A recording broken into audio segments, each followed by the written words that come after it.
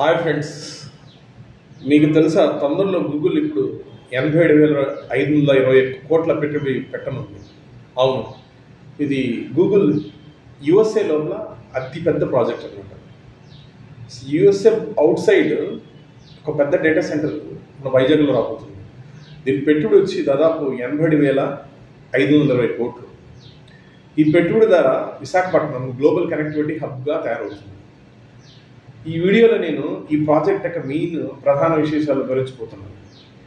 ఈ data centre అంటే ఏంటంటే, మనం ఒక అప్లికేషన్ రన్ చేయడానికి, లేదంటే ఇప్పుడు స్విగ్గీ లాంటి అప్లికేషన్ ఉంది, అప్లికేషన్ రన్ చేయాలంటే మీకు చాలా సర్వర్స్ కావాల్సి వస్తుంది. సర్వర్స్, కొంచెం network infrastructure, routers, firewalls, ఇలాంటివి చాలా డివైజెస్ కావాల్సి వస్తుంది. ఈ సర్వర్స్, ఈ డివైజెస్ అన్ని ఎవరు ప్రొవైడ్ చేస్తారంటే గూగుల్ ప్రొవైడ్ చేస్తారు. అది గూగుల్ డేటా సెంటర్లో ఉంటే గూగుల్ డేటా సెంటర్లో మన అప్లికేషన్స్ అన్ని రన్ చేస్తాం. ఈ డేటా సెంటర్ ఏదైతే మనం విశాఖపట్నంలో పెట్టబోతున్నామో, ఆ డేటా సెంటర్ కెపాసిటీ వచ్చి 1 GW. ఇది సింగపూర్, మలేషియా, ఆస్ట్రేలియా మరియు 12 ఇతర దేశాలతో సబ్మెరీన్ కేబుల్, అంటే సముద్రం ద్వారా కేబుల్ ద్వారా కనెక్ట్ అవుతుంది. అంటే విశాఖపట్నం ఇప్పుడు ప్రపంచానికి డేటా హబ్ మారిపోతుంది. దీంట్లో మనకి ఈ ప్రాజెక్ట్ రోల్లో అదానీ కనెక్టెక్స్, భారతీ ఎయిర్టెల్ వంటి ప్రముఖ కంపెనీలు కూడా భాగస్వామ్యంగా ఉంటాయి.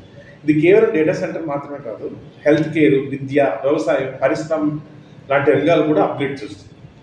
సో దీనికి రీసెంట్గా నిన్న అక్టోబర్ 14న మన honourable CM AP Chandrababu Naidu, కేంద్ర ఆర్థిక మంత్రి నిర్మలా సీతారామన్, కేంద్ర ఐటీ రైల్వే మినిస్టర్ ఎస్మి Vaishnaw, AP IT minister Nara Lokesh మరియు గూగుల్ క్లౌడ్ CEO థామస్ కురియన్ పాల్గొన్నారు. దీంట్లో సీఎం చంద్రబాబు నాయుడు గారు చెప్పినట్టు ఏ డేటా ఆధారిత పాలన వేగవంతమైన మరియు స్మార్ట్ నిర్ణయాలు తీసుకోవచ్చు. సో దీన్ని టోటల్గా ఈ ప్రాజెక్ట్ మొత్తం 5 సంవత్సరాలు ఉంటుంది. గూగుల్ దీన్ని 5 సంవత్సరాల కవర్తో విశాఖపట్నం నుండి సౌత్ ఏషియా మరియు ఆస్ట్రేలియా నుండి కనెక్టివిటీ విస్తరించుకుంటున్నారు. దీంతో మనకి ఏ విప్లవం, విద్య మరియు ఐటీ కలిపి మరియు వికసిత్ భారత్ 2047కి దౌత్యం చేస్తుంది. ఇది కేవలం డేటా సెంటర్ మాత్రమే కాదు, విశాఖపట్నంకి ఒక గ్లోబల్ రికగ్నేషన్, భారతదేశానికి AI రెవల్యూషన్ చెప్పొచ్చు. ఈ ప్రాజెక్ట్ ద్వారా దాదాపు 1,80,000 ఉద్యోగాలు వస్తాయి. దాదాపు 1,85,000 కోట్ల రూపాయల బడ్జెట్, మొత్తం దాదాపు 5 లక్షల కోట్ల రూపాయల పెట్టుబడులు రావచ్చు. మరి ఈ ప్రాజెక్ట్ మీ అభిప్రాయం ఏంటో కమెంట్స్ ఏదో చెప్పండి.